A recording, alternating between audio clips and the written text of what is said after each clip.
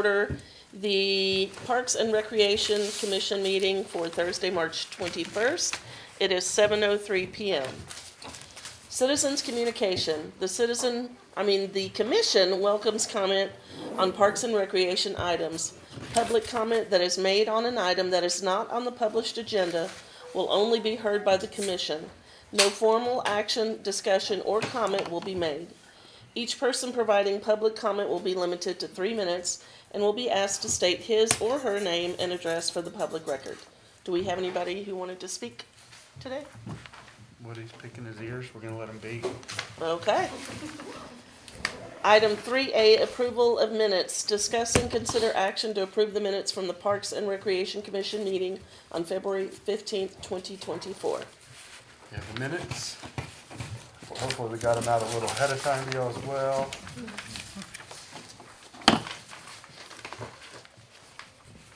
I got them off the website. Were y'all emailing them out? I think we emailed them, but we might not It have. was a couple of days ago. They might not have had your email, so we'll make sure. Got I it. thought I had everyone's, but if you didn't get it, then I might have something wrong on it. Okay. Jeff's our new AD, Okay. and he already has our grammar better, but apparently I'm not passing emails along to him, so. The- Starts at the top. The fly in the ointment's still there somehow. All right, anybody that was here have any corrections? Okay, do we have a motion to approve? Too late. Perfect. That's where we. I'll move that we approve. Okay, thank you, Stan. Do we have a second? Second. Okay, thanks, Ray. Okay. All in favor, say aye. Aye. Any opposed? Okay, I will abstain because I was not here. I'll abstain as well, because I wasn't here. Okay. Yeah, and we still have enough with 4. Okay, good. All right, moving on. Item 4A, discuss only. Discussion regarding director's updates, including information about project status updates, upcoming special events, and staffing. Shane. Hey, good evening. How are y'all doing? Hey. So far, so good. I'm in a good mood because I think my stuff's gonna work. All right, let's see. Let's see if it's right or not. So, program and event updates. Jonathan, you step up. Hello, everybody. Jonathan Hansen, Rec Superintendent. Wanted to give you a quick update on what we've got going on this coming month. So, as you can see, we have our reoccurring classes. We also have a couple of programs and events coming up. Unplug and Explore, a couple of PF Seniors programs. Internet Safety, everyone should know. That's a really good class. Come check it out. We want to try and prevent people from being victims of scams. So, come check that one out. And then you'll see Magical Masterpieces on there, Spring Fling. That is a monthly art class. And so this month they will be celebrating spring as all the bluebonnets come out for our pollinator friends. So, senior trips. The seniors are all over the place. They are getting out and traveling. So the goal of the senior trip program was to still allow the seniors to get out to visit locations, but also to save those miles, keep them from having to put those on their vehicles and with their time and their abilities. So these upcoming trips are going to save a total of 169 miles. So they're going to be traveling around quite a bit coming up this month. Next up is the Egg Palooza. It's on Saturday, March 30th at 1849 Park. That is out on Cameron Road. It'll be from 2 to 5 p.m. We have 3 different time slots, 0 to 4, 5 to 8, 9 to 12. Based on some feedback that we received and our master plan, which calls for inclusion, we are adding an adaptive egg hunt during each of those time slots for those who are needing special accommodations to be able to hunt eggs. So we are providing that this year. That's something new we're really excited about. And we have 22,000 eggs this year. So we are stocked, ready to go.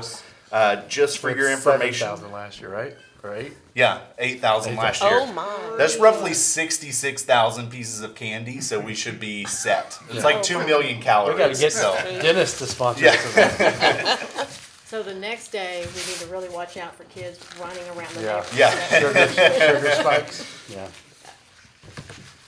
As you probably also saw when you were coming in, the rec center was closed on February 26th through March 2nd for some renovations.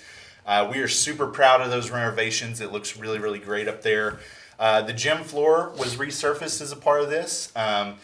If you do that yearly, you can extend the life of a gym floor from 10 years to 20 years. So that is an investment that we're making in our gym floor.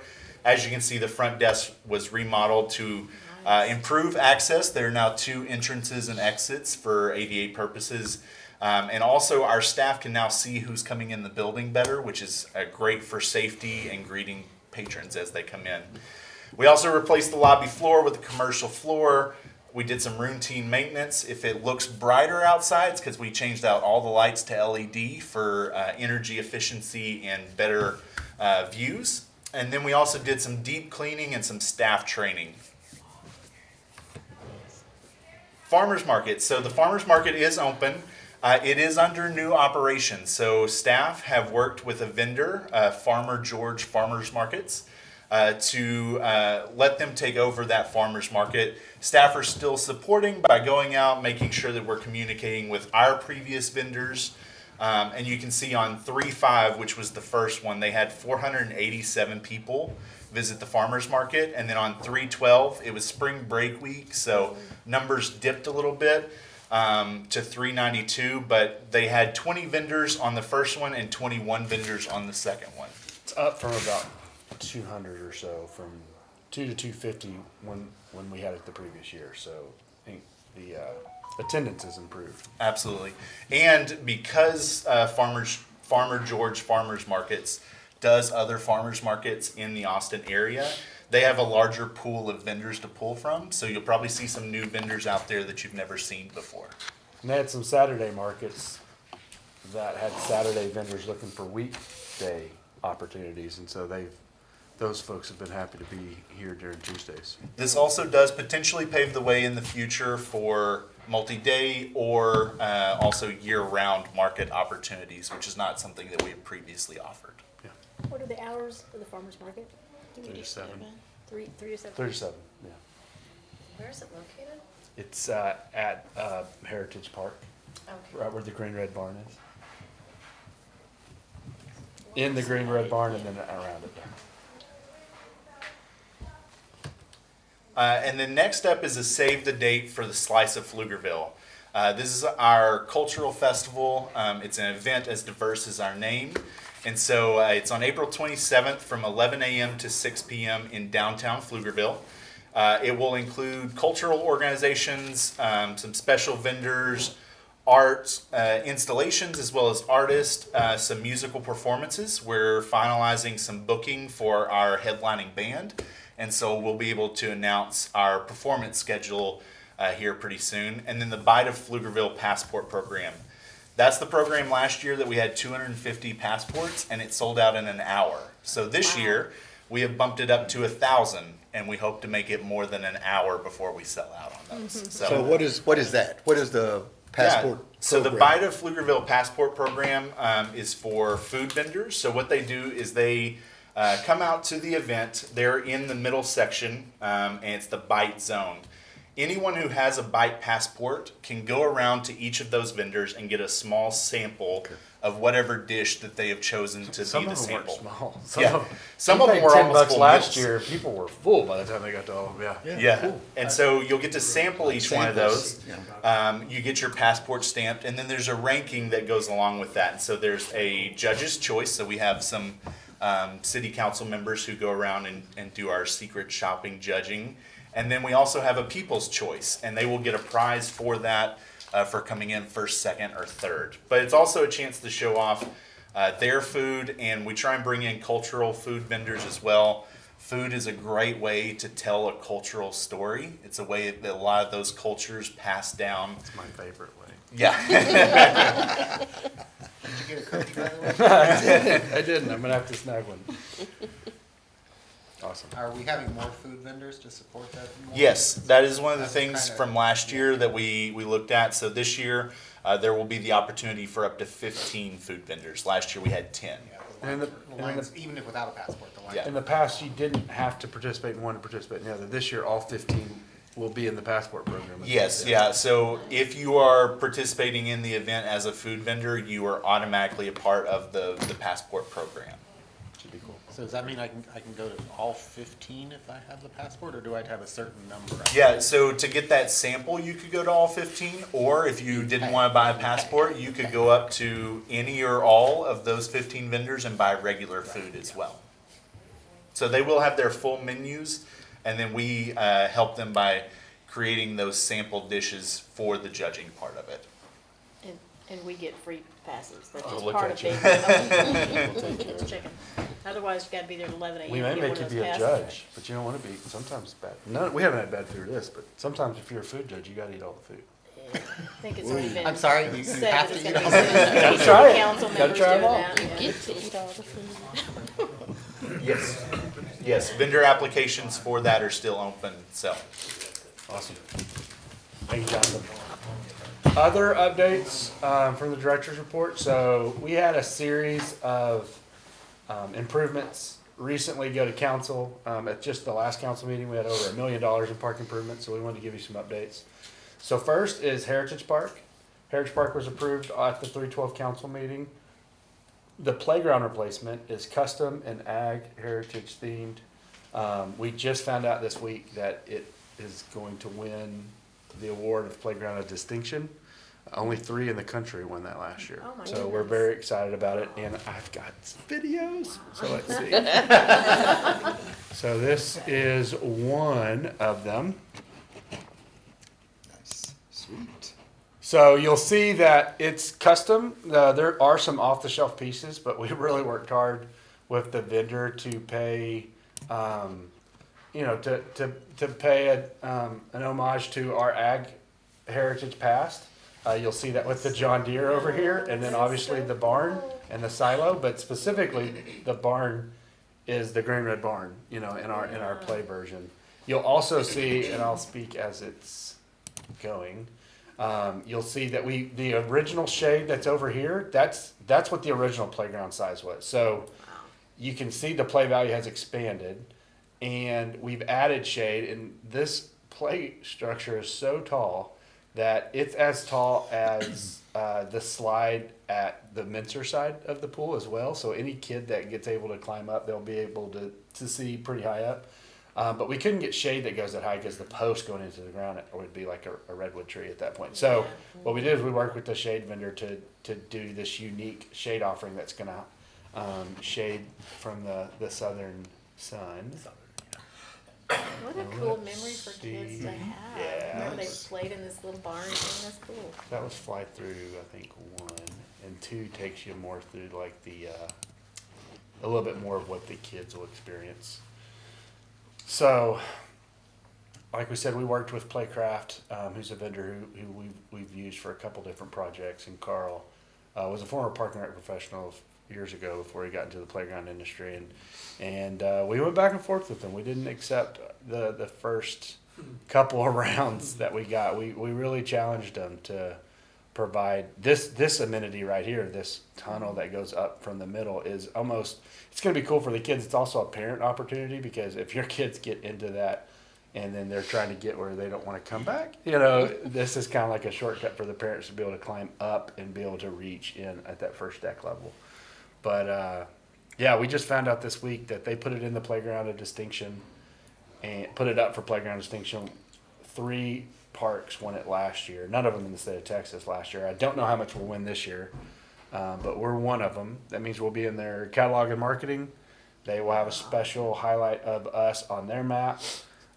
They will have some special videos that they will create that we'll work with comms with to do a highlight from folks that have used it. And am I missing anything? A certificate and some extra signage on site that talks about how it's a playground distinction. So we're very excited about the play value that we're going to be adding to Heritage Park and the memories that these kids are going to get to enjoy with this new. What's the time frame on that? Or it's not in place now? It is not in place Okay. now.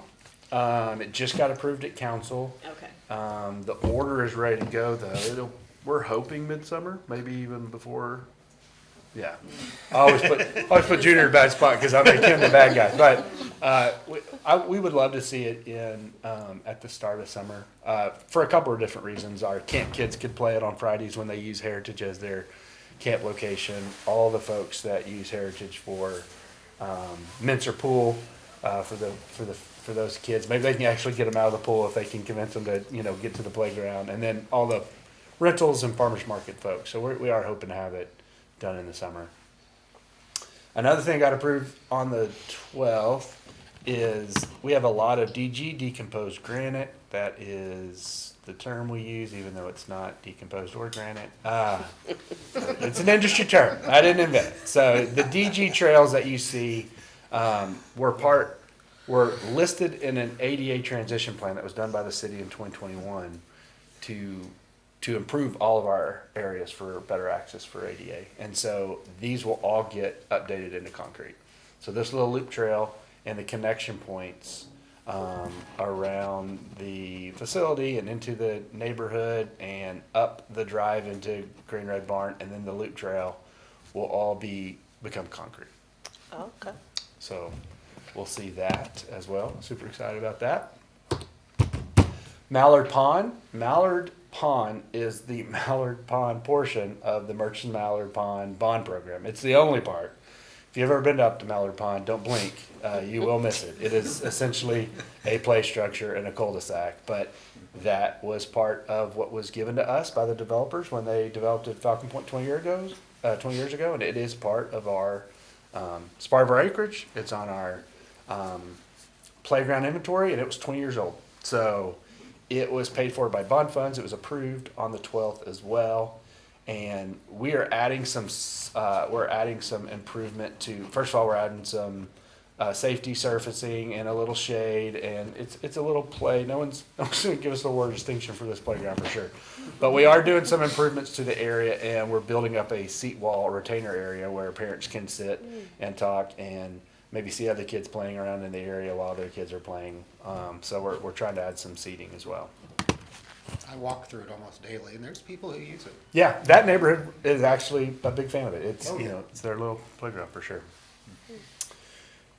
Cambridge Heights on the 12th got approved for a playground, which was previously approved, and a challenge course. So the challenge course came as a part of the master plan process, where we heard back from a lot of our youth that we had engaged that they wanted to see a Ninja Warrior type course. Now we don't own the name Ninja Warrior, but Game Time works with NFL, and in NFL cities they do this NFL Play 60 playground, and it's an obstacle course playground. It's this one here, and the only thing that we don't have that those courses have is they would also have a 40-yard dash along here with the team's logo of whatever team put it in and the Play 60 badge. Those are all licensed NFL products. We couldn't get those things, but this is the exact same course. It's a 7-stage obstacle course where kids can start, and it's actually youth and adults. So if your kids are talking mad trash to you, take them out to this course and whoop them on the course. But you can run through all these obstacles. You come around and you can have it timed, and that will be going right in this center section here. We'll also be doing some ADA improvements to this DG trail and creating access points to and from for both this trail and then the connection point right here to the neighborhood. And then the new playground will be replaced as well. That's the new playground. This is juniors at this one, or this one is the old, the big one. So this was what the old structure was. So we're keeping the shade, adding another shade, and doing 2 new play pieces underneath. We're using CeeLo Development as the development that funded these 2 play improvements. Because it's Parkland Escrow, because it's coming from a developer, we can't just replace. Because then the developer would think his money only went to maintenance, or their money only went to maintenance. So it's got to replace plus. It's got to be play value plus created. And as you can see, this park with its 1 play feature now has 2 playgrounds and a challenge course. We have obviously, created a replacement plus value for that. Where So. is Cambridge Heights again? Cambridge Heights is off Pfluger Parkway. This is Pfluger Parkway right here.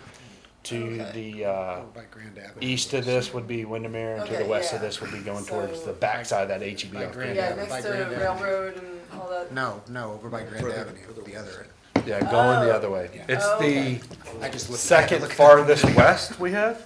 Only Zola is farther west. Okay. There is a school property and I think it's a Buddhist temple that has some land right off Pfluger Parkway. It's close to that parcel as well. But yeah, it's almost near Round Rock. Yeah, and it was 20 years old, so it was needing to be replaced as well. So we're super excited about being able to use. So that's not something that goes. Obviously, it stays on the tax roll as a maintenance thing, but city taxpayer dollars didn't pay for that replacement, either of those two improvements. So that was done through growth, right? Growth paying for growth. So that was developers coming in and us adding a play value to that community that CeeLo can walk to and that this neighborhood can appreciate as well. And it replaces and starts the turnover track on that back to 0 instead of 20, which is where we're at right now. Next is Stonehill. Stonehill, had a developer, Wilkie Lane Development, and you see them on, if this is Stonehill Park, you'd almost be looking at like the ceiling tiles would be the access road to 45. Right.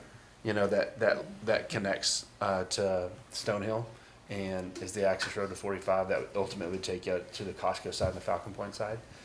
Wilkie Lane's on that side, but it is adjacent to this parkland, and we were able to use those funds. And so using the funds they donated through the Parkland Dedication Development, we put lights and shade, this shade, and these lights that were just facing the parking lot, we put double sides on them, so they also now hit the dog park. So the dog park got shaded lights. Lost my mouse here. And then the next thing we did is very cool. It'll be the first of its kind in the state of Texas. It's a basketball court. That's not anything super special in and of itself. But Oh, yeah. it's a basketball court that we're going to put a design on, and the designed basketball court will also have infrastructure of goals that come out of the ground. And those Wow. goals will allow the kids that maybe don't want to play basketball can also play soccer. They can do inline hockey. They can even do 5-on-5 lacrosse. And it's a concept called the Over Under Initiative, and I've got videos. Of course you do. Of course you do. So this is the first video, and it was pretty loud, so I'm gonna see if I can crank her down a little. So this is the video they did the Super Bowl last year. Final seconds left of the game, and the crowd looks on anxiously. Counterattack is on. Poorly timed tackle by Rohan, and it's a penalty. Big moment here. Who will step up to take it?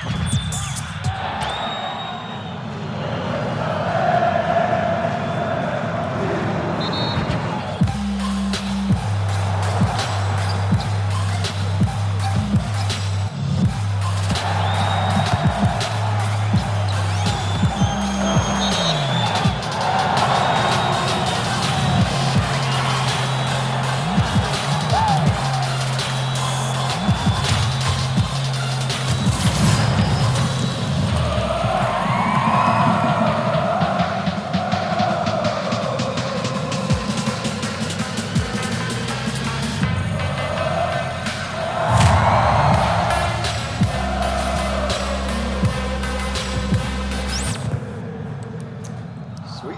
So this concept came to our attention. I'll show you the next video while I'm working on this. This concept came to our attention 3 years ago. The gentleman you'll see in this video is a guy named Kyle Martino.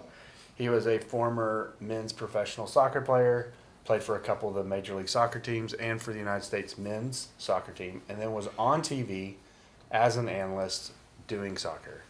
He lives in New York. He, at that time, was married to Susan Sarandon's daughter. They lived in New York City, and he's a former soccer player trying to catch soccer games, and he's walking around all these basketball courts that no one's using to get to a soccer field that he was going to play with his friends. And he thought, if I have to do that as an ex-professional athlete, these kids won't do it. So there are kids that want to play sport, especially a town as diverse as New York, and you have a bunch of people coming from other countries that maybe soccer is not only their sport of heritage, but their parents, and they want to play with them, and they only have basketball courts. So his idea was to create something that could come out of the ground so kids could still play basketball, but also play soccer over under initiative. We had a mutual friend that Kyle was trying to figure out a way to roll these out into the Parks and Rec industry, and he said, I know a guy in Texas, and Kyle came down to Texas, the Austin area, for an NBC event, and we met, and I was just like, this is a really cool concept. Working on that, he also put me in coordination with Project Backboard. That was the folks that did the murals on the basketball courts, and they are two former Memphis Grizzly outreach coordinators that wanted to do more in their community, and so they go into blighted neighborhoods and they turn around basketball courts and fix them up and repaint them and make them feel like they're a safe space again. We reached out to Project Backboard when we first were talking with Kyle about doing this a couple years ago, and they were super interested in what we were doing in Pflugerville, but it was against their mission statement. They only go into blighted neighborhoods and try to repair and make places better. And we were fortunate enough to not have a lot of those places in Pflugerville. So what we're doing is we're working with Austin FC, and Austin FC is sourcing an artist, and we're working on an agreement that Austin FC is going to pay for the artist to do the mural. They're going to be out there at our grand opening. They're going to advertise this court on their website as well, and it's not costing the city or the taxpayers $1 for the mural part of that. So this is them talking a little bit about a court they did in Connecticut. Basketball courts can be much more than basketball courts.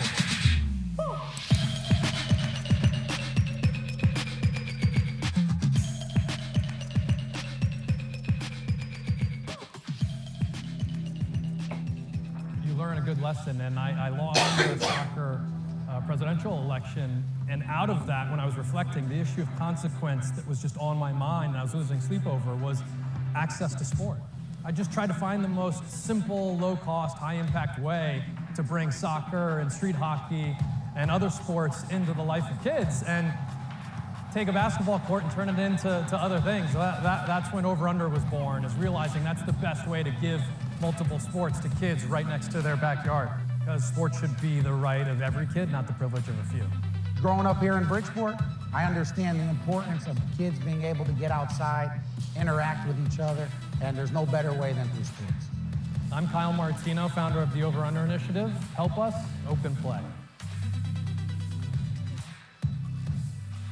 So there are about 13 Over Under Initiative, what they call Gopher is the company that builds those goals in the oh, now we're gonna have to watch a soccer game. There's about 13 of those courts right now in the country, not in Texas. So we'll be the first in the state, and we'll have this really cool design as well, public art. If the design elevates to a level that it's an artistic rendering of some sort, we will bring that for y'all to review. If it stays like a geometric design, it doesn't reach that threshold, and we'll approve it. Austin FC hasn't given us a concept yet. We just know there's an artist, so we'll keep you in the loop as we know more about that. But very excited about this. It'll have 10-foot fencing like you see in this photo all the way around. Not all the way around. We didn't want it to feel like they were in a cage. So the half court area will be open so folks can come in and out. But we did want to try to make sure kids didn't hit the apartment complex or the dog park or any of that stuff as well. Is the surface different than it would be for like a basketball? Great question. So we work with the artist to make sure that the same surfacing we would use if we were going to paint the court, well, they use that same paint. So the grit would be laid down, and then instead of just rolling green all over it, you would maybe have green, but it's Austin FC. They might have black in there as well and some other colors. And so it's the same paint, just a different paint tone than what normally, instead of the blue or the green, it could be I don't know yet. It could be, red, yellow, and green or whatever. So Red and black like Texas Tech. It could be. that. It could be. I'm wearing Texas Tech colors today, and I am not a Tech But fan. soccer's normally played on grass, right? It is. So is there any concern, and this is just my own ignorance, but is there any concern about kids playing soccer on a court surface that's used typically for basketball? So, yeah, that's a great question. So soccer in America definitely played on grass, but soccer in other countries are played in, corner lots and driveways and on the street. And Okay. There's so also indoor soccer Yeah. as well. folks are well equipped to it. And so I don't think there'll be a lot of slide tackling in this. That's not the plan. It should just be passing. You usually don't play with goalies with this style of system. And Kyle's designed this. I don't know if you could tell. He designed it. He got the inspiration. This was his third or fourth iteration, but he was traveling around in an airport and he's like, well, if I can do this with a suitcase handle, I should be able to do this with goals. And so it's all hydraulic. It's supposed to come up very easy. It's supposed to go down very easy. Kids should be able to do it without having to need a parent there. And the cool thing is there could be a group of 3 or 4 kids playing basketball and a friend wants to play soccer or hockey or lacrosse, and they could actually just go and you can do half court both ways. So What's the That's a surface cool made idea. of? Is it the asphalt or is it it'll be a regular basketball court surface, so it'll be some sort of it'll be some base and then a concrete. Yeah. The system, the hydraulic system to pull up the goals, would it be like a maintenance? There will be issue? some maintenance, yeah, and I got Junior sign off. I had to buy him a couple things, but we got his sign off. But yeah, that's the one unknown. It's very easy, I think, in our industry or any government industry to say let's allow 100 of these to get out into the world before we start to implement them ourselves. But we believe the maintenance will be limited, and no one knows what 5 years looks like with this system because it hasn't been out for more than a year and a half or so. But our guys are going to be able to maintain it, and then if worst case scenario, if we had to pull this system out, it's a very small concrete pad that we would just replace overall. Hopefully that's not the case. Hopefully it's something. Austin FC does what they call mini courts. And they don't do this over-under initiative. They had not seen that concept, so they were excited to hear more about it. But they don't call them mini courts, they call them mini pitches, soccer.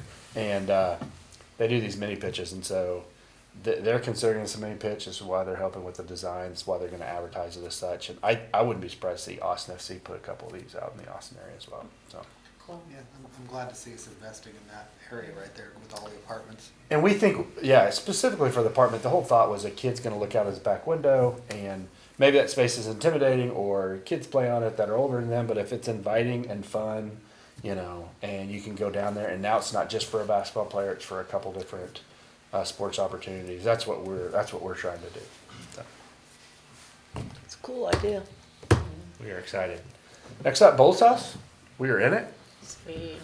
It's like our first week, so you know how like when you move into a house, you don't really want anyone to come over yet. That's kind of the way it is right now.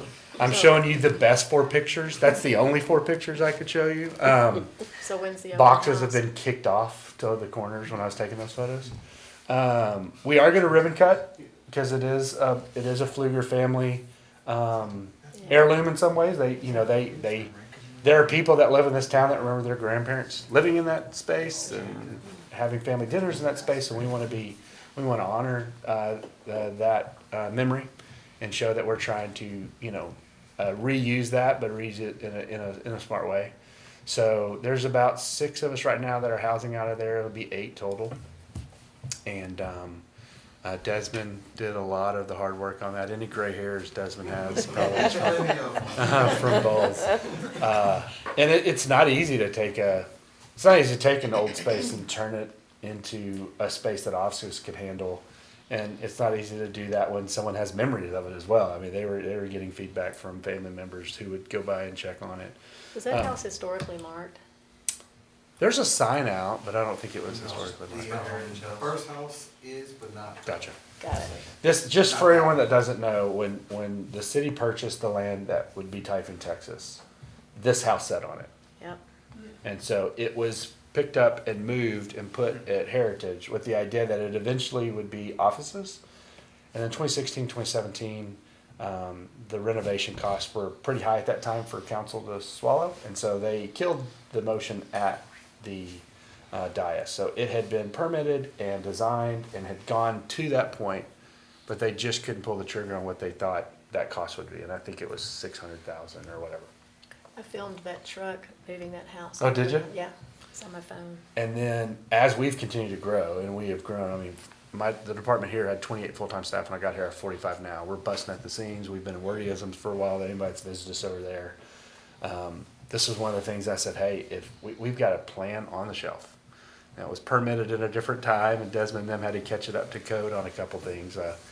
Internet wasn't what it was back even in 2016, the requirements and some of those stuff. But Council 2022 supported renovating it for about the same cost. I think it was $600,000 or $700,000 or whatever. So we're in it now, and we're excited to be in there. We're losing wordism soon because of some of the expansion of Main Street and Railroad eventually, and so that had a time clock on it anyway. So we just got curtains up today, so we're still work in progress. And maybe next month after this meeting, we'll just do a tour. Anyone that's interested can run down there, and we'll run you through it. Tonight? Did you say tonight? Next month. Oh, okay. I got a couple boxes we'd all have to avoid. So. The sun will still be out. Yeah. We got a new greenhouse. This will be the second. You can see we've got a greenhouse here, and we brought that in 2 or 3 years ago, Junior. About to, yeah. To help with some of our pollinator programming, and we've been working with the Monarch Sanctuary Project, so a lot of milkweed storage and things like that, and they had a boom of milkweed, whatever those words are, germification. It was a bumper crop. Bumper crop, yep. It went really good, that's all I know. And pollinators were happy, they were all rejoicing. And they needed a place to put it, and we were working on getting a second one for some of our tree farm stuff, and we were able to pull the trigger on a second one. And we've got, this is the older one, but this is what it looked like. That's all the milkweed and anything else butterflies eat that I don't know anything about. So do the plants grow there and then they get replanted elsewhere? Yeah, so one thing they're doing is planting these and then trying to get them in community members' homes. So the farmers market has had a couple of Monarch Sanctuary Project. Sorry, got the names mixed up, but the Monarch Sanctuary Project is at the next couple farmers market giving away milkweed so you can plant them in your home and see those butterfly pollinators come to your location, and then the rest will be going to targeted plantings along Pflugerville, as we are the main highway for butterfly migration from Mexico to Canada. And I could tell you any more than that, I'd be lying about it, but I could bring people in that could give you a lot more info if you want. But yeah, we're the hub. They usually go right down that 35 corridor as far as when they're in Texas itself, the butterflies. They have tracked over thousands of butterflies hitting our wayfinding stations on their way in their migration process. So we're happy to support them. We're happy to continue to grow our infrastructure as well. And we were able to help that group out as they're helping out our pollinators. So get the bats coming up from Austin and the butterflies coming in. That should be interesting. I don't know anything about any of it. We had a traps update. So we were at the state conference a couple weeks back. An award that I don't have before you because we're running into some drainage issues because we're putting a playground replacement in Gillen Creek Park as well.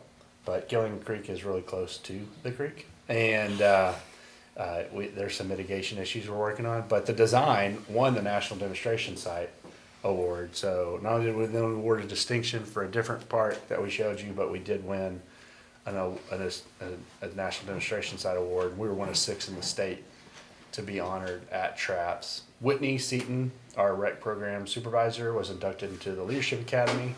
She's cohort 4. So it's the 4th. 5? Cohort 5. We have a couple of alumni, both Jeff and Jonathan were in previous cohorts, and they do 2 years, and once a month they meet and go to different park systems and review. And They skip the summer because summer is busy in parks. Yeah. And so it's a great way for those 10 or 12 folks to get to know other folks of their age across the state and get exposed to 10 or 12 or more different park department directors and systems as they grow in their career. Jeff, our new AD, presented and got a presidential award.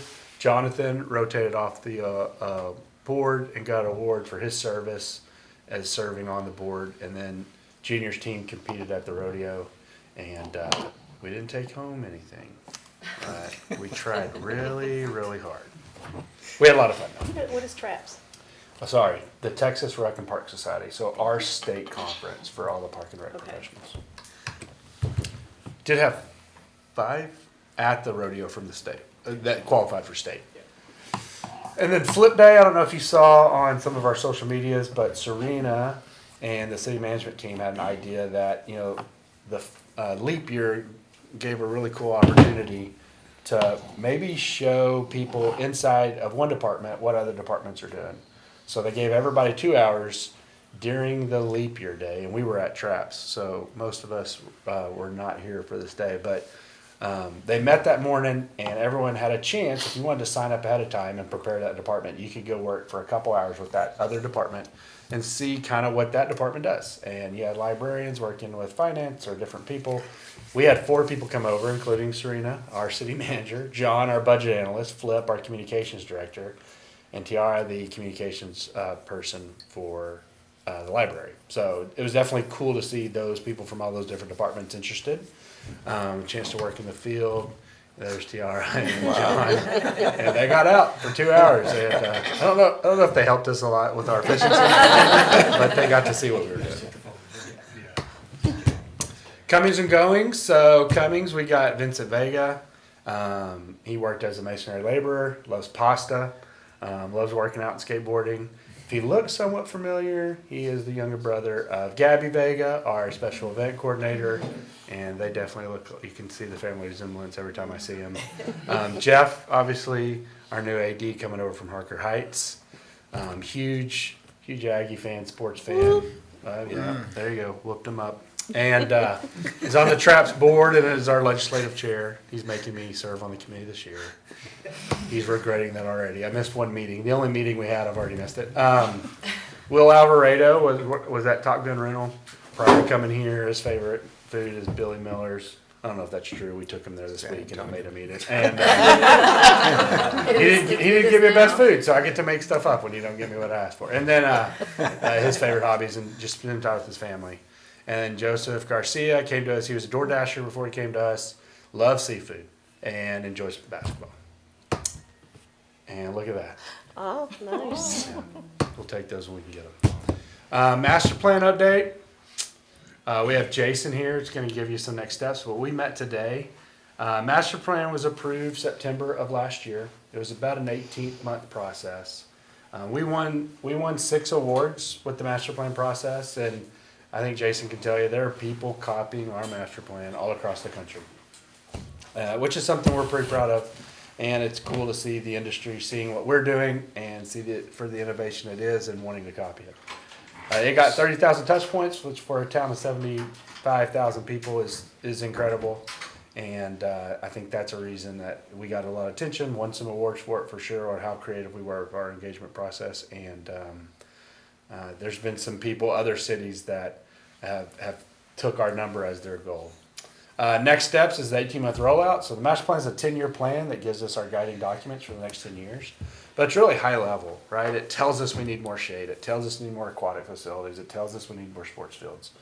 But what does that look like in a strategic plan? How do we roll that out? So we started that process today. Jason's here. Jason, if you want to sit right there, and so they can hear you on the mic for the computer, you can introduce yourself. Jason is a former park and rec professional who currently works for Barry Dunn. A lot of y'all remember him from when he led the engagement process here, but we do have some new folks as well. And Jason, he's got a couple slides to share, talk about today. Sure, and the cookies that I provided this evening, that should have no bearing on how well you're listening or how interested you are what I'm going to say. I'm just kidding, but it is really a pleasure to see everyone again, and I know there's some new faces I haven't had a chance to meet, but I'm a huge fan of Pflugerville, and thank you for all your insight and input you provided to the master planning process. I still, right when you walked in, I said, Dog Parks. Dog Parks. Right I don't know your name. Dog Parks. It's a tree canopy. And I should Is say, that right now? I should say Jason was our project manager. He has since moved up in the organization and is the principal for the whole parks and libraries consulting team. But he is still coming back to being our project manager. Oh, yeah. For this. And so No, I wouldn't have it any we other way. appreciate he hasn't pawned us So, off to anybody yet. Yeah, 3 decades as Parks, Recreation, Libraries practitioner, similar to Shane. as far as in the field. But the most fun I've been having is serving as a project manager, and Pflugerville absolutely is a shining star. And you've almost outdone yourselves, frankly, because Shane's right.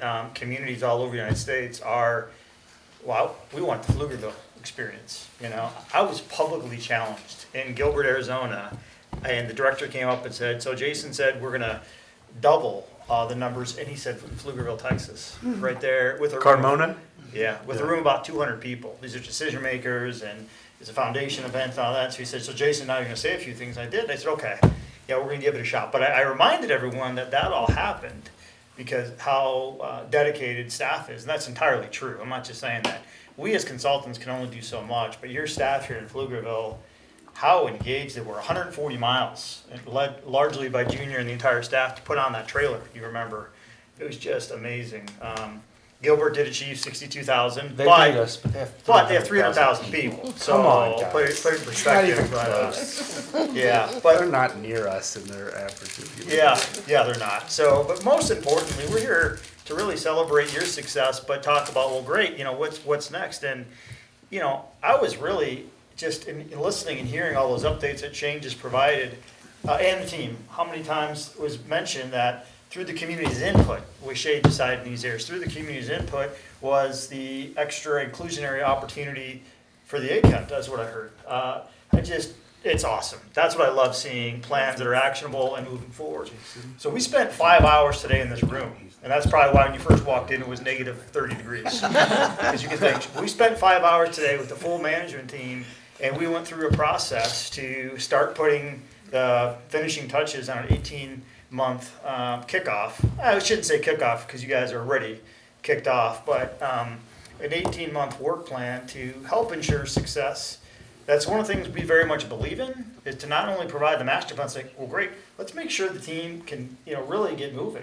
And we spent that amount of time today going through each and every focus area of the plan and talked about what's realistic, what's practical. Now, it is a 10-year plan, so please, and I caution staff too, because you know you want to right away say, well, let's get all this stuff done. Time out. You know, there's constraints, there's timing, and we want to set staff up for success. So where we're at right now is we put quite a bit of work into the first 18-month work plan. I come back with Shane with a post report based on all staff's input and help them shape their final work plan to get them moving towards success, which Yeah. you already are. So so right now we are ready move at the implementation stage. We called today an implementation work session with staff to help them, really get on the same page and talk with each other about how they want to shape their position around future services in Pflugerville. Once Jason gets all of our documents back, I'll meet with my leadership team, which is my AD and my 2 superintendents, and we'll start to lay out what we think we can accomplish in the next 18 months from that plan. We probably have 5 years' work easily, if not 10 years' of work in that plan, or what we did today. And then Jason will facilitate one more meeting with our management team where they help discern what we laid out and can we do those things. And once we have that plan, we'll bring it back to y'all as well to let y'all know next steps for us for the 18 months. So this is just an example. I know this is really hard to read, but staff receive these templates. We're able to write on those and discuss those at various tables. And not to get too far into the weeds, but just to give you a little bit more idea of what this looks like. And the team may or may not continue to include the template. I think that they're going to, but the point is pulling these specific areas of thinking and strategy back into the culture just to make sure that things are actionable. As a reminder, your last master plan process, I think you accomplished like 99% of those goals. So there's no doubt in my mind that all these things would be accomplished, but we want to make, staff is very busy doing shades and looks like maintaining pop-up soccer goals, other duties as assigned. And so we need to help and pull them together. So this kind of gives you an idea of some of the work that we did today that I'll be pulling back from all staff's input and bringing back to Shane a draft 18-month work plan. And here you are probably seeing something hopefully very familiar on the left side. In fact, we took each of the focus areas, and this is just an example. This is just one example, and this example happens to be serving as a champion of community resiliency. Just as a reminder, that is one of the focus areas of the master plan. And we then broke into groups and discussed how we can be most successful in that regard. We didn't reinvent anything, you know, we just wanted to make sure that building off of the vision that was the voice of Pflugerville, the community and staff, how we can best position for success over 18 months. And I think this is my last slide, and it really is about that thriving community, being responsive. And again, as I mentioned a minute ago, on the updates from Shane, how many times was the voice of the community mentioned? And I just think that that's awesome. So in every case, when we talked about the outcomes of that work plan, it was all about that thriving community of Pflugerville. Awesome, thank you, Jason. Yeah. Do y'all have any questions for Jason on rollout? Okay. Just heads up, we don't do a next time agenda item necessarily, but we are still trying to get to that downtown east presentation that was requested. I think Emily's gonna be ready for that next time. I think Jennifer and Carol and her team, although Carol's not necessarily a subcommittee member anymore, but that team is going to bring a Parks Foundation update to this body, and then I believe we'll have a park land dedication to review, so. And that is my director's report. Any questions? All right. All right. Item 5A, discuss and consider action on chair and vice chair appointments. So, about this, it's funny, I think it was about this time last year too, but chair and vice chair are the positions that we elect every year here, and chair sits to my right and needles me the whole time, and it serves as a liaison for y'all and for us, and helps us with agendas and making sure that if there's issues with quorum, or hey, if we need to move something off something, or we've got spring break or something, things like that, they help us decide when agendas will be set and give us feedback on agendas and serve as a liaison for the department. And then the vice chair, Amy right now serves if Lisa's not here. And when Lisa and Amy are here, y'all saw the terrible job I did last time. So we don't have a vice chair, but maybe we should. No. But we have two positions, and it's about this time every year that we re-up for those positions. And so you have every right to run it. And if we have a new chair after this 5A, that person will come over here and lead the meeting moving forward. And then they'll lead until next year around this time. Okay. Do we have anybody who would like to nominate themselves or who would like to volunteer to be chair? And then we'll do vice chair. I would like to nominate you again. You don't even know That me. happens every year. Hey, you're doing it. All right. You're motion, right. yeah. I do not know you, but you've been doing it. But I remember you because you came up last year last year. and had some questions for us. See, that's Good an argument remembrance. why. There you Yeah, go. That's Yeah. a good remembrance. I'm glad. Yeah, yeah. Anyone else? Did you make a motion, Ron? No, Okay. no, he's just, He's just talking. yeah, does anybody want to? Y'all can make a motion and Do discuss. we have to be chair to needle Shane? Yeah, it makes it You're on great. the committee. Yeah. I'm all for you being chair. Right. We all do that. Yeah, that's right. I make a motion for Lisa chair. And I will second that. All right, we have See a you, Jason. motion and Thank a you. second. Thanks, Bye. Jason. Thanks for the cookies. Anytime. You can say next time. Yeah, next time, exactly. Do you want that, Lisa? I'm fine with it. I just don't want people to not feel like they can do it, you know what I mean? Because, oh, well, Lisa's done it. Because I've been in the same situation before where I'm like, I really want to do it, but I don't want to upset so-and-so, and so-and-so does such a good job, blah, blah, blah. So I don't want anybody to feel like they can't do it if they want to do it. I don't want to, I want to encourage everyone Well, if they want to likewise, do I it. don't want you to feel like you have to do it Obligated. because Sure. because you were. And I don't mind doing it, but I don't want anybody to think I feel like I have to do Right. it. Yeah, if that makes sense. So, all right, we have a motion and a second. All in favor say aye. Aye. Aye. Any opposed? Okay, motion's carried. All right, now we have for vice chair. Would anyone like to volunteer or nominate someone for vice chair? I can volunteer again. Okay. Service I see that. tribute. I see that. Service to anyone else want to volunteer to be considered? I wouldn't mind being considered. Okay, so we have two people who would like to be considered. Can we arm wrestle over it? You can run the voting however you want, I guess. That's right. Have Are you laps step out volunteering and as do in whatever. people are looking at you, Laps or around the do gym. you I like don't or care want to either do it? way. If you wanna do it, you're more than welcome to, but I don't, like, I'm fine doing it, but yeah. If you weren't doing it, you'd have more time for Deutschenfest entertainment, wouldn't you, Amy? She's gonna change her mind, yeah. Yeah, right. All right, we have two people who have volunteered as tributes. Does someone want to make a nomination? You'd have them go outside and vote. do whatever Neither of you us will want. be emotional about it, don't worry. Indian leg wrestle, right? And in the I middle can't of this. vote, right, as an alternate? You can vote because we're past quorum, but we're not full. Yeah. If there were 7, you could make 8, but we're 6 or Got it. 5. Alright, so I'll nominate Chelsea. Okay, 6, so you make 7. Am I counting wrong? 1, 2, 3, 4, 5, so 6. we're, So, but yeah. we're missing. So we're missing 1. Yeah, we're missing Jennifer. Oh, Yeah, so you can't vote. Okay, so Stan has made a motion for Chelsea. Do we have a second? I'll second the motion. Okay, thank you. All in favor say aye.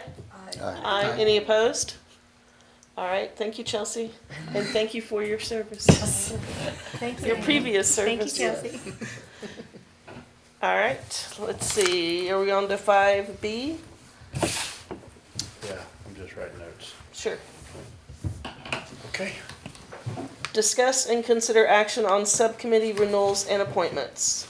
So this is only renewals. If there was a new subcommittee you wanted to create, we would have to announce that, all right? So we're not talking about anything new. Parks Foundation, for those that were here last time, Jennifer said there's no need to renew it. I guess y'all could if you want.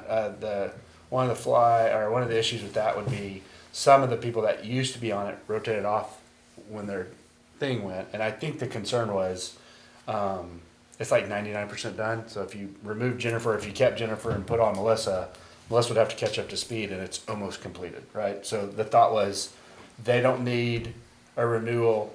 Jennifer and Carol will come next time and give you an update where they're at with the foundation. But I think, and I don't know a lot either, to be quite honest in some ways, but and Jeff has been meeting with them, just the liaison. We have a staff liaison for every subcommittee we create.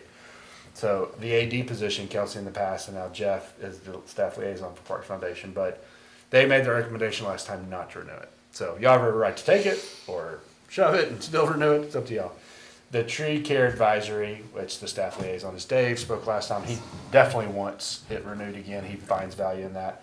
And Pollinator, Jonathan is the staff liaison, and we haven't gotten Monarch City or Bee City, we haven't gotten any of the designations that group's pursuing, so he believes it needs another year as well. Can we go back to the Parks Foundation? Yep. So, I wanna make sure I understand, excuse me, make sure I understand. So we just need a subcommittee to get it going, not once it gets going, Sorry, basically? great question. So the Parks Foundation was an idea that cities of our size have park foundations, we don't. Right. So they created a subcommittee, they being y'all, Right. the board, created a subcommittee to research that. They met, they wanted to bring someone in that had Parks Foundation experience. We brought in Stacy Dickey from New Braunfels. She talked about how she started it, some of the ways she'd managed it. But the subcommittee was just trying to get the foundation up and running. Right, okay. Y'all could continue Okay. to have a So Parks that's what my yeah. question, we don't. But you necess- could continue to They have a don't Parks think, Foundation they don't think we subcommittee. need a subcommittee as a liaison, because they're gonna be liaising Right, directly now with maybe staff. you want Okay. a foundation Okay, subcommittee that's to fine. always Okay. work with that foundation, that is up to y'all. But they created the subcommittee to get the foundation running, and they feel like it's 99% Okay. ready to All right, open. thank you, it was the ongoing liaison part that I wasn't Yep. clear about, okay. But there's a very real possibility that you'll have a Parks Foundation, which runs parallel to y'all. Y'all are an advisory group. They're a fundraising effort. Y'all are gonna be working together. If you want a committee in the future that works with them, that's possible too, because Okay. I don't know how many of y'all will serve on their board. I don't know how many council or Okay. other people will serve on their board. I don't know a lot about it. We'll find out a lot more next week. But Okay. and if after her presentation y'all decided to have a foundation to serve as a subcommittee to serve as a liaison, we can always bring that back in a future time. You have every right to do that. Yeah. These aren't date specific. Okay, thank you. So I guess the first question is, just to knock it out, do you want to do a Parks Foundation renewal now or no? I Yeah, would say no. It's No. pretty, it's Okay. pretty far along Okay. at this point. Okay. So, remind me who's working on it, Carol, Jennifer, and you? Okay, I don't know why I thought it was Amy. Okay. Yeah, no, I was, Okay, so no need for that one. So tree care, we have staff liaisons asking for them to be renewed. Y'all have every right to decide not to, or to do that, and then vote for 2 or up to 3 people to serve on those. We keep those under quorum, so those folks can meet outside of this without having to post meeting minutes, and you meet with the staff liaison, so any of that information, just like when Trista was here and she talked, any information y'all share, y'all email y'all 3 plus Jonathan, then it's always in the books for pollinator. Y'all don't have to keep y'all's emails because you've tagged one of us, and so that it goes into our open record. So if anyone ever asks anything later on, we can still pull it. So, do we need a movement not to renew the Parks? You won't need a movement to not renew Parks Foundation, it can die. But these serve as 1-year terms, you renew them every year. So y'all have every right to renew these 2. And to make the motion for who y'all want to be on it separately or together. Y'all can do it however you want to package it. So who was on the So tree can care? I have I guess, a question. Is it possible to make a motion to leave this for the next meeting? Because Jennifer is on both of these subcommittees, the tree care advisory and the pollinator. And I would like for her to be an option. So could we renew She here? did email and say that she couldn't be here tonight. And she asked if, I think she emailed maybe your other Lisa email. Oh, okay, So she yeah, I emailed, didn't get it. she emailed, let me read that. Okay.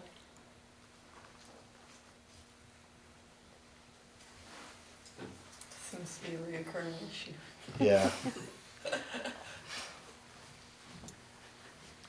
Too many emails. Oh my gosh, it's ridiculous. Jennifer Bridges, can't make the meeting tonight.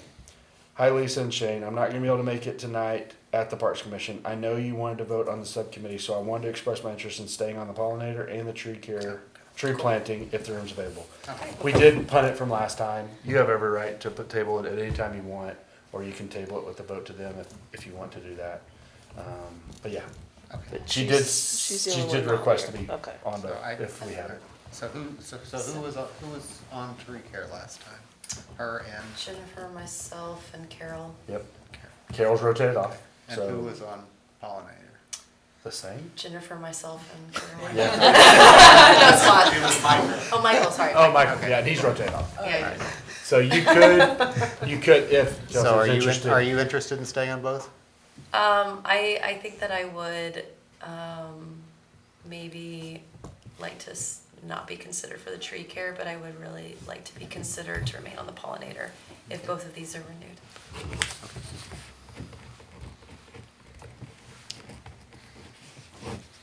I wasn't very helpful during the tree care advisory So efforts. hypothetically, if we all agree on nominating, Jennifer. hold on, sorry. Sorry. Jennifer only to the tree care, then we could do Oh. one or, which Yeah. one did you just say? Did I She did I wants get to that do both. backwards? Well, so do we make like a Which one did like you- a motion to renew You could. the tree care advisory and then go around and see if there's other folks that would be interested and You have a couple. Lisa has a couple options ahead of her. She could make a motion. Someone could make a motion right now just to renew them both. So we knock that part out. Okay. And then you could work on each Oh, one, or you alright, could let's say, do that. Okay. I would Let's like do to that. make a motion to renew the pollinator committee, and I want A, B, and C on it. Okay. You so can do let's- that as well. Yeah, let's. But be careful with your motion, because as soon as it's motioned and seconded, you have to vote on that. okay. Okay, So- so I move that we renominate Jennifer to both committees. I'll come to you in a minute. And then you can vote on that if you get a second. Okay, so Jennifer to both and Chelsea just to pollinator? Is that what you said, Stan? I Or didn't say, I Jennifer? didn't, no, I didn't say You anything just about said Chelsea Jennifer. yet, just Jennifer. Okay, okay, sorry. Then we'll get to Chelsea. All right. I'll second. Okay, we So have you a have motion and a second. for Jennifer to both. That's all we're doing Okay, right now. okay. All in favor say aye. Aye. Any opposed? Okay, motion carries. Okay, Okay, so and we I have- move, I move that we nominate Chelsea to pollinator again. I don't know why I did that with two separate ones, but whatever. I like to make things complicated. Okay. Motion? Do we have a second? We have a motion to nominate Chelsea to pollinator. Do we have a second? I'll second. Okay, thank you, Amy. All in favor say aye. Aye. Any opposed? Okay. Now, do we have You've got anyone, one spot yeah, left on for just on pollinator? pollinator. Okay. So would anyone else like to be on the pollinator subcommittee? And we haven't renewed the pollinator yet. Oh, that's true. We Okay. put people on it. Do- Oh, I make a motion to renew both of these committees. There we go. Okay, thank you, Chelsea. We have a motion to renew both subcommittees. Do we have a second? Second. Thank you, Ray. All in favor say aye. Aye. Any opposed? All right, motion carries. Boy, these meeting minutes are gonna be. Tristan's gonna be so. Yeah. Okay, so now you've got a committee with 2 people and a committee with 1 person. Right, so would anyone else like to be nominated for a pollinator committee? Okay, I'm sorry, is it Elise? Elise. Elise, okay, thank you. Our next So- meeting is on Monday. Okay, okay, Elise, Pollinator. are you nominating yourself? You can nominate Yes. yourself, right?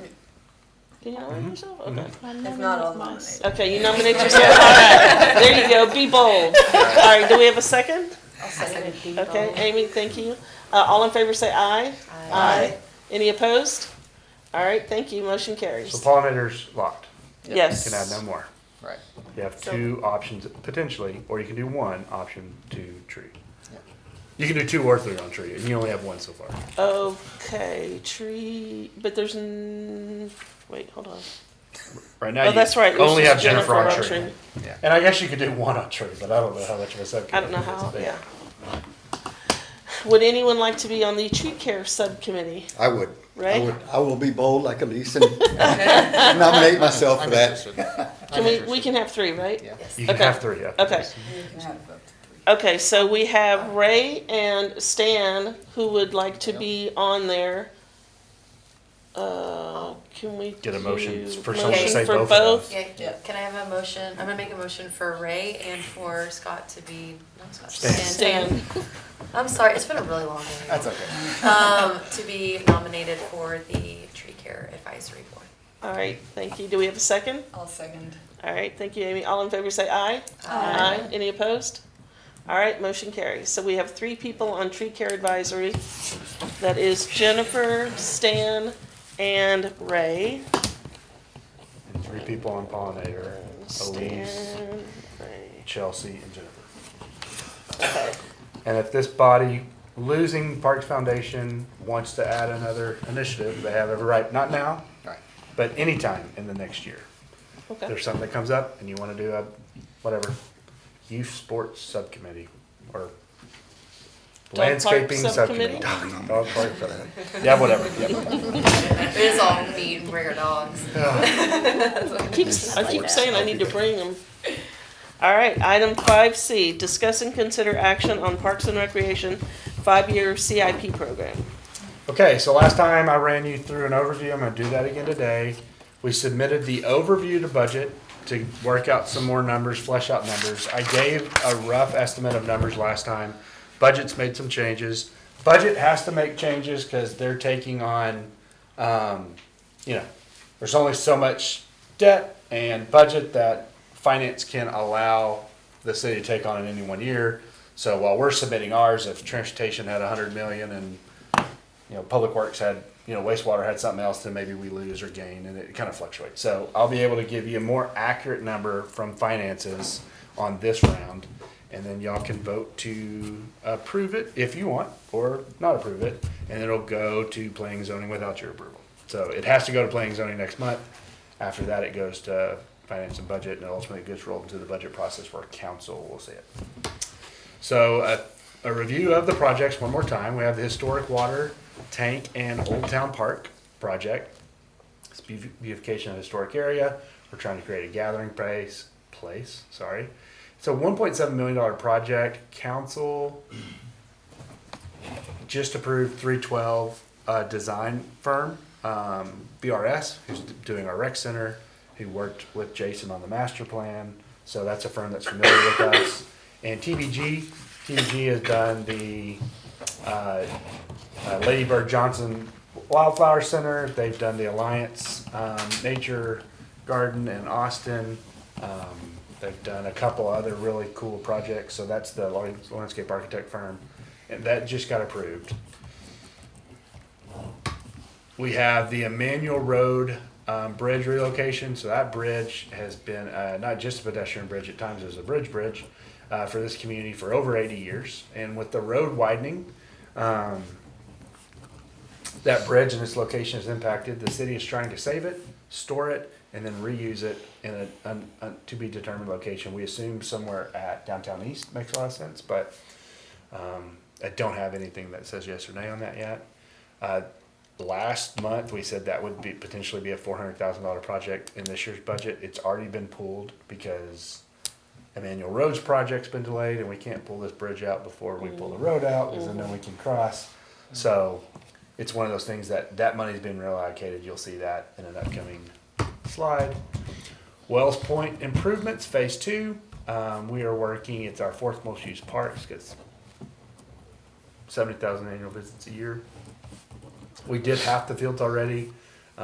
We cut and filled those fields, leveled them out flat, and they're playing really great so far. So we have upgrades to potentially do lights, maybe fencing and some field improvements. There'll probably be a phase 3. We don't have it in the CIP in the future because we don't know how much phase 2 is going to get, but we have about right under $1 million, and we're assuming we're going to have over $1 million in improvement. So there could be another phase in the future. Lake Pflugerville Boardwalk and Pier replacement. That's part of the PDR, the preliminary design, that was approved by council in 2019. The boardwalks will overlook that less active side of the lake, and we'll replace some piers as well. The Nature Center, that's the Beeley property that has the tree farm and a couple of greenhouses now. It's going to be a complete redesign. It does not look like that right now. And it'll have community gardens, demonstration gardens, those greenhouses, nature center, classrooms, event lawn space, and a maintenance shed in the back for us to serve that facility as well as the lake, or the lake improvements. Lake Pflugerville Trailhead, so this is the Slide Harbor Loop Trailhead. All that was part of the preliminary design report by council in 2019. 1849 Park Phase 3, which you'll see later as the destination dog and pickleball courts, because that's the lion's share of what we're getting with that.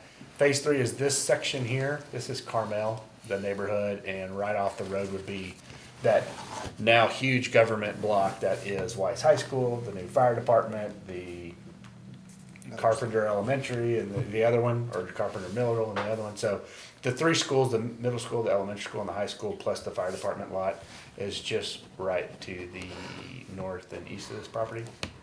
This is the new Carmel development, and this would be, there'll be a destination dog park, some sand volleyball courts, pickleball courts, tennis courts, some of those things.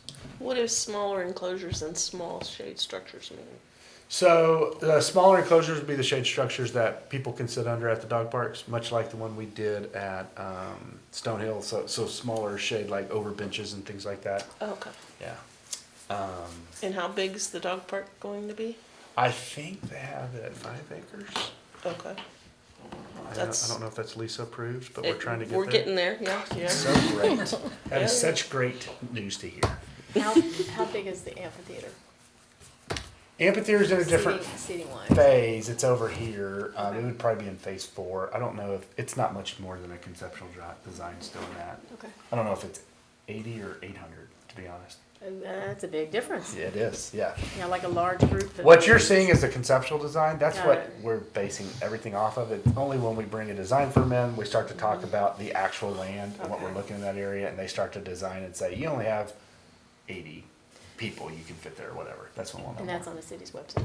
That Yes, right ma'am. there? Mhm. Okay, got it. The master plan that we're working on right now, we did a 10-year master plan at 12 and a half years. And so you really should do it every 10 to stay in compliance with Texas Parks and Wildlife. And if you're doing industry standards, your city's changing every 5. And so you really need to be updated every 5. So this would be an update 5 years after we accomplished the original plan that we're working on right now. So 4 years from now. Downtown corridor study. So we have this really cool opportunity between what is now the current rec center and what we see at Pfluger / Fenning Park, that area. You see Pfluger Park, Finning Park, Gilling Creek Park, you see Gilling Creek getting this awarded destination. You've seen it getting a brand new pool and bathroom structure.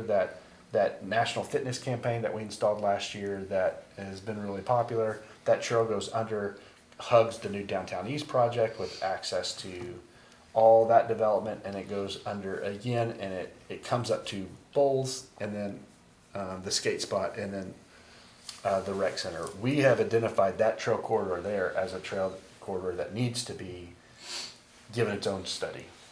What could we do? What placemaking opportunities? What pocket parks or what really cool fitness or fine arts amenities could we really have there?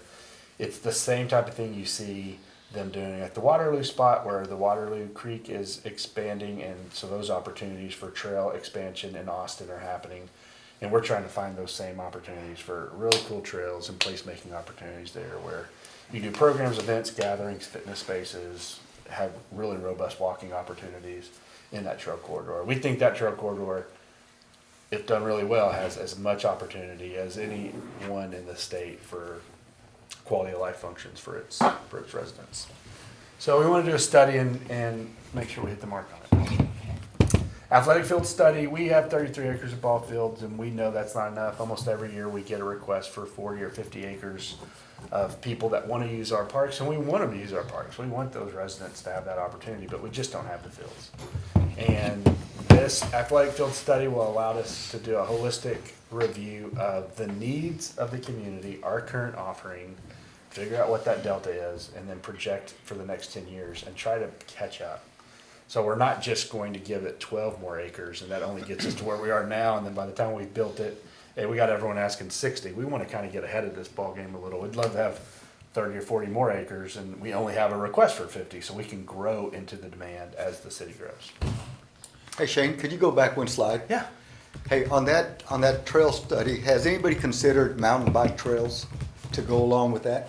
Yeah, and I've got your note on that. That's a great point.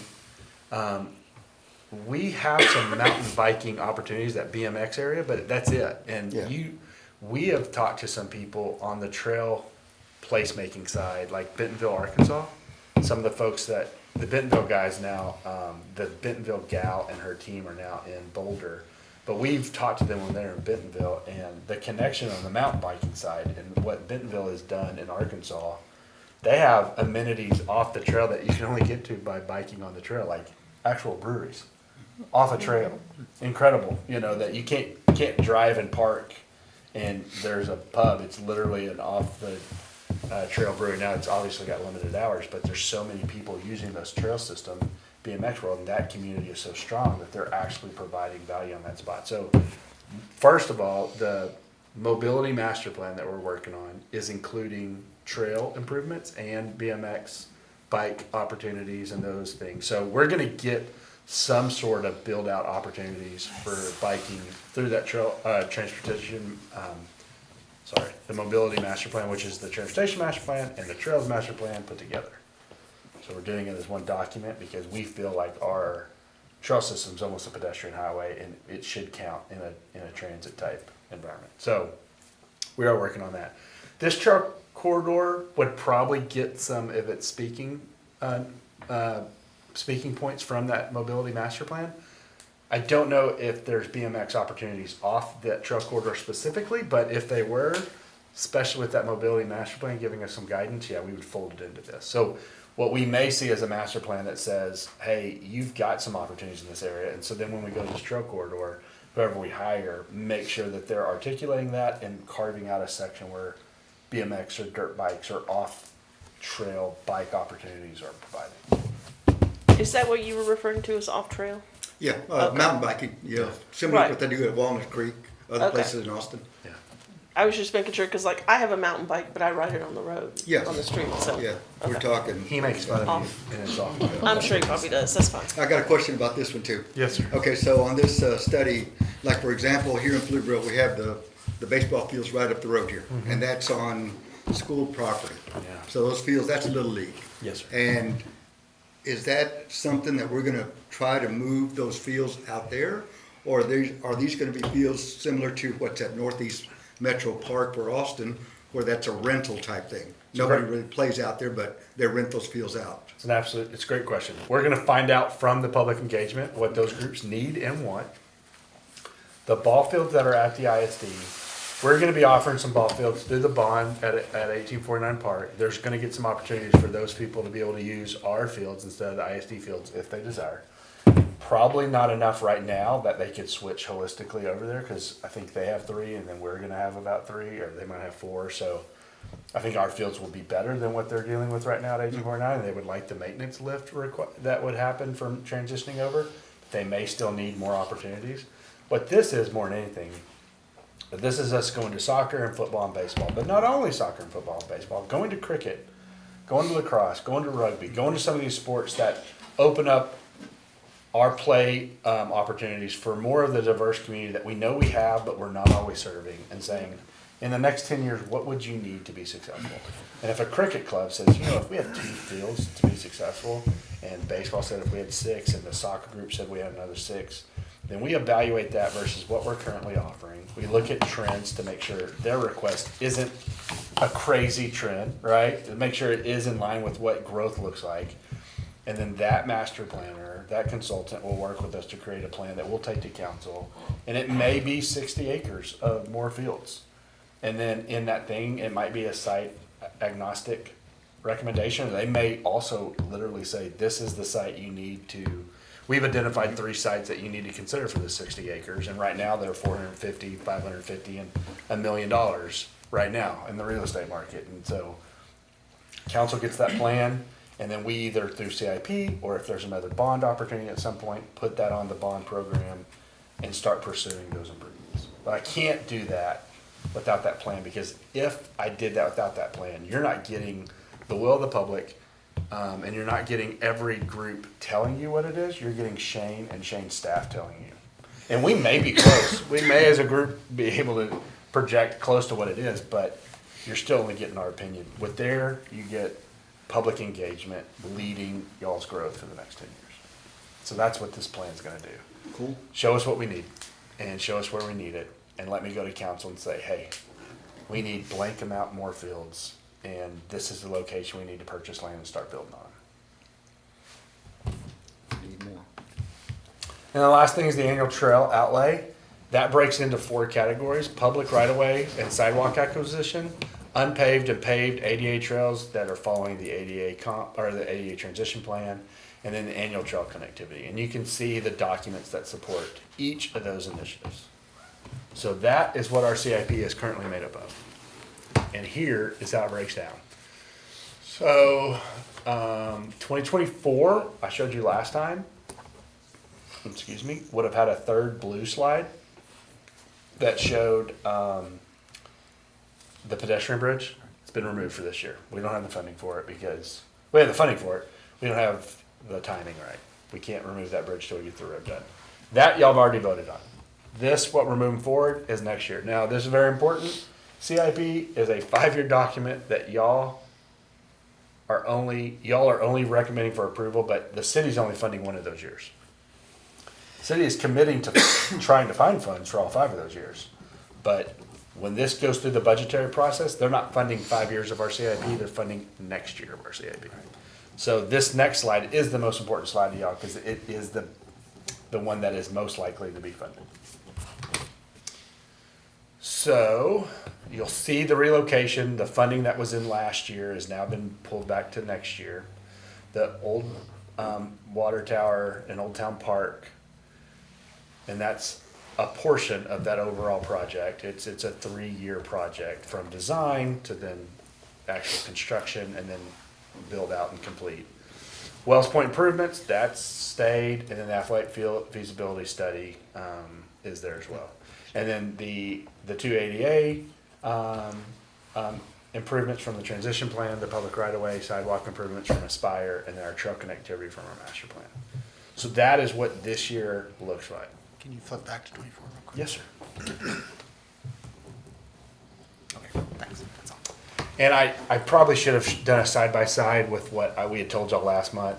It is videoed, and then if you wanted specifically to reach out to me afterwards, I could probably email you the slide that we showed last month. So none of the Lake Pflugerville stuff is in 25? Not in 2025. We actually have Lake Pflugerville Phase 2 that we're working on right now. So there is a CIP improvement for the lake, but it's bonded. So, Right, okay, so yeah, there's bonds in the Yep. CIP. Yeah, and I showed y'all the bond last time, and that's what's Right. confusing. This Okay. time I'm not showing you the bond stuff, because the bond stuff's already been Well, approved. you had Lake Pflugerville on the CIP slides a couple of I slides. still have them in future, the ones that aren't bond approved. Right, okay, yeah, so those they're are coming. in the CIP, but Yeah, not in the they're next coming. year. Okay. So what we have at the lake is right now, we have, I think it's, Oh, is the upgrade of the beach area? Yeah, it's the expansion of the is beach, bonded the hardscape, the bonded shade. and happening sooner? yeah. I want to say that it's a potentially a 10 or $12 million project. Right. The design for that we're going to, we were holding off a little bit to complete some of the other capacity that we were working on, getting Green Red Barn, Gillen Creek, some of those things knocked out, but Jeff and his team are going to be taking on, playground, destination playground, which we've been talking about for a while, and Lake Pflugerville Phase 2, which is expansion of the beach, hardscape. So that won't be CIP. That's already approved by council. We've got the funding. We just have to get a design and get started on it. And this is something that's important to say, and it may be something that, hopefully Chelsea agrees with me, it's something that I don't think everyone understands. When you bond something, and you did it in 2020, and people are like, it's 2024, and none of this stuff is still completely in the ground, or why haven't you done all 5 or 6 projects parallel? It's a capacity thing. Not only can the city staff not run all those projects parallel, because within our $100 million project that we had 5 playground improvements, we had the lake improvement, we had 1849 park improvement, we had the rec center, some of that stuff. But it's also the city's capacity to take on that debt and affect y'all's tax rate as well. So all that stuff gets phased out, both for the capacity of the staff to be able to handle it and capacity for a city resident to take it on. So that is why 2020 bond hasn't been completed yet. And people will ask y'all, because y'all are the liaison to the public, so if they ever ask why, oh, we paid for that rec center 3 years ago, or whatever. No, we approved. That's right. Rec center. All right, Stan's got it figured out already. Can I ask a quick question about the Lake Pflugerville? Yeah.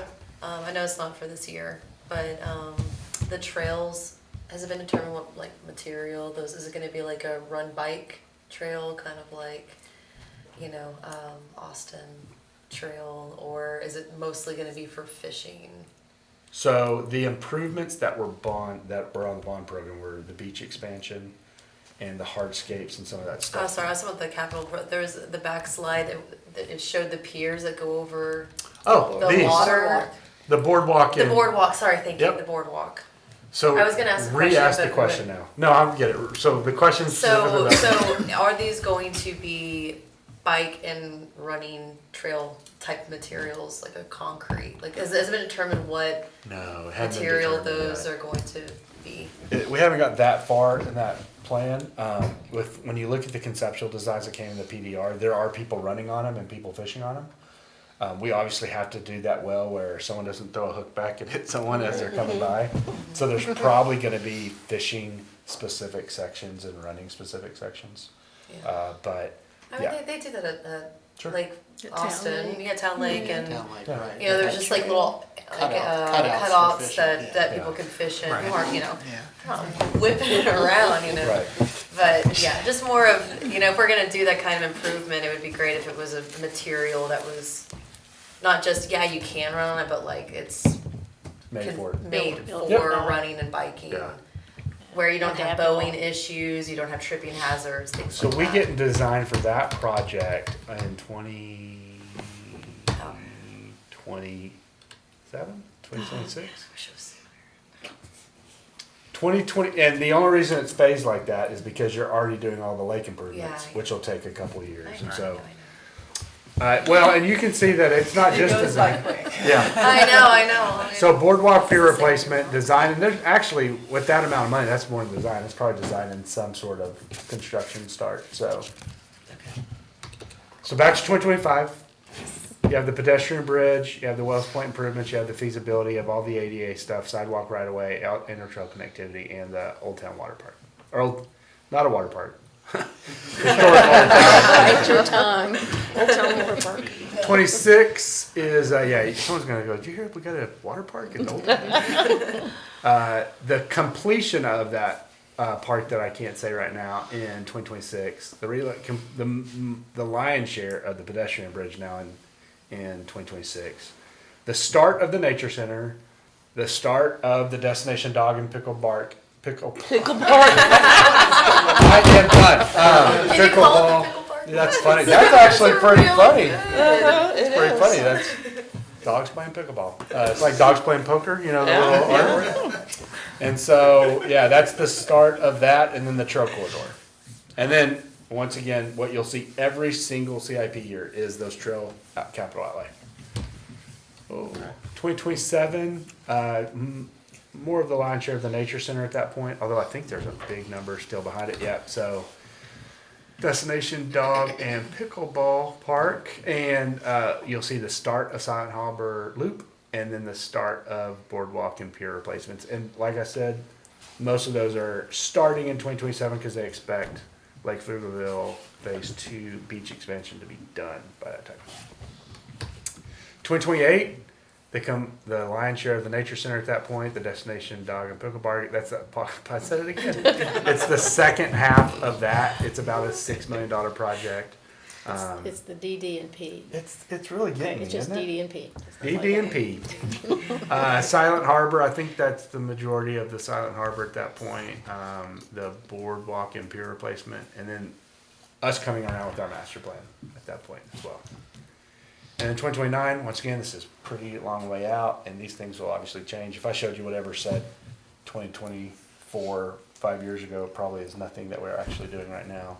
But we're trying to make sure that we're teaching y'all planning and zoning and council the things that we need. We're identifying them. We're trying to put them in the plans as we build up to them.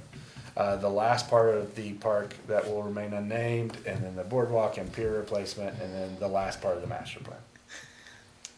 Hopefully we'll get a dog park before I die. A dog Nice. park In our lifetime. I've strung you along. Is that what you're saying? Yeah.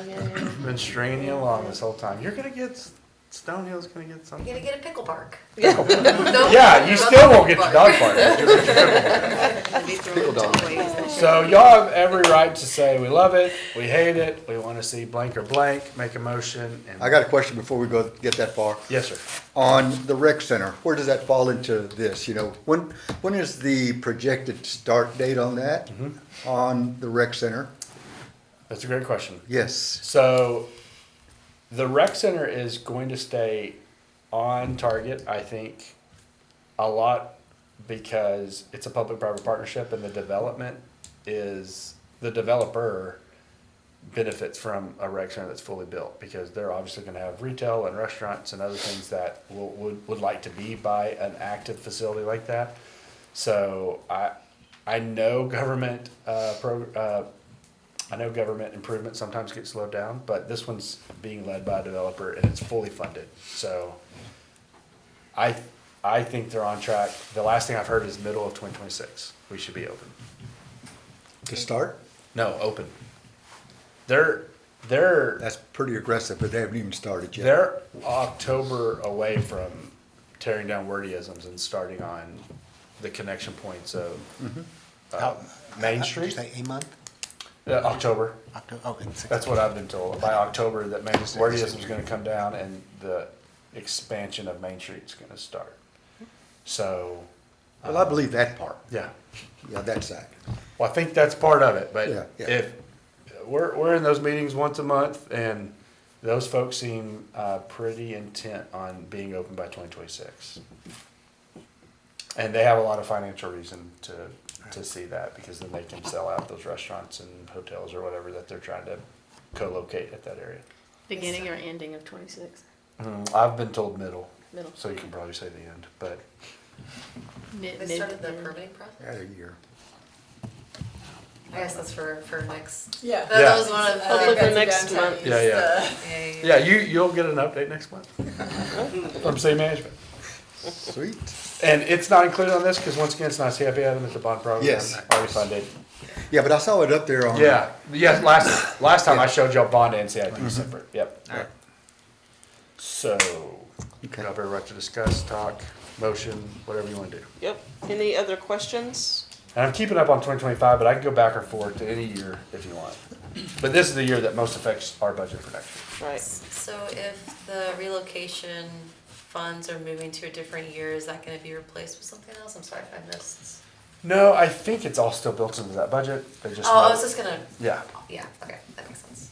yeah. I don't Will think you be because able to they. handle adding an additional $500,000 to 2026, or will another thing have to be delayed to? That's a great question. I don't know in this process. Wells Point was funded in full from last time. The water tower was funded in full from last time, and the feasibility was added. So what probably happened, if I'm speculating, is that transportation or someone else lost 500,000 somewhere. You know what I mean?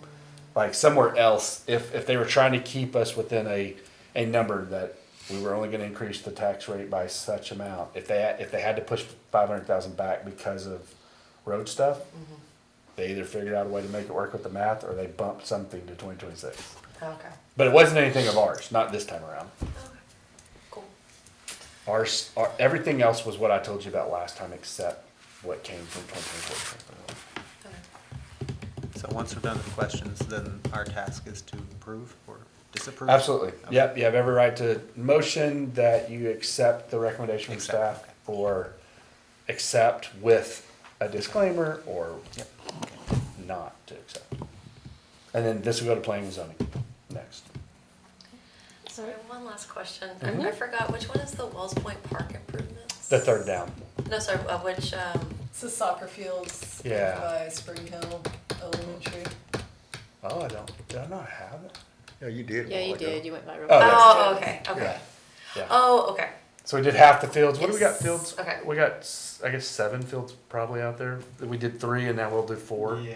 They're kind of terraced, but we're gonna cut and fill and kind of build them up. It might ultimately be 3 fulls instead of 2 fulls and 2 partials. And then lights out there, there's some lights that aren't to our standard, and then we use some generator lights to offset that. And then fencing needs to be improved, the restrooms probably need to be improved. Like I said, we don't have enough money for all of it. We're gonna see of the $1 million, can we get 2 of the 3, can we get 3 of the 4, something like that. Okay, cool. Thank you. All right, any other questions? Does anyone want to make a motion? Motion to approve. Okay, thank you, Chelsea. We have a motion to approve. Is there a second? I'll second. Thank you, Amy. All in favor say aye. Aye. Any opposed? All right, motion carries. We do not have a, Just adjourn, is it not on there? yeah, it's not on there. Stuff to put on for next. Oh, you might not have been here. Council removed that from Okay. through a previous iteration, and planning and zoning had removed it, and we were still doing it, and we got a little, so. Okay, so we're not doing it. Now, anytime someone wants to add something, this is important because she's been re-upped and Chelsea's second in command. If you want to add something, you email me and Lisa, or me, Lisa, and Chelsea, and say, I want to talk about blank, and then we'll discuss if it gets added. Okay, And that's what council does, is they have to make sure 2 people are considered. The person making the motion, at least 1 council member supports it. So if you don't include Chelsea, you need to include someone else and make sure those 2 people say, yeah, that's worth hearing the next time. And then okay, we discuss it and put it on the agenda. okay. Thank you. So we're just in line with what council is doing. Okay. I just was a year late to it, or 9 months late to it, or whatever. All right, then we have item 6, adjourn. Do we have a motion to adjourn? Aye. Aye. You ready? Do we have a second? Second. Thank you, Chelsea. All in favor say aye. Aye. Any opposed? All right, thank you. Motion carries. It is 8:41.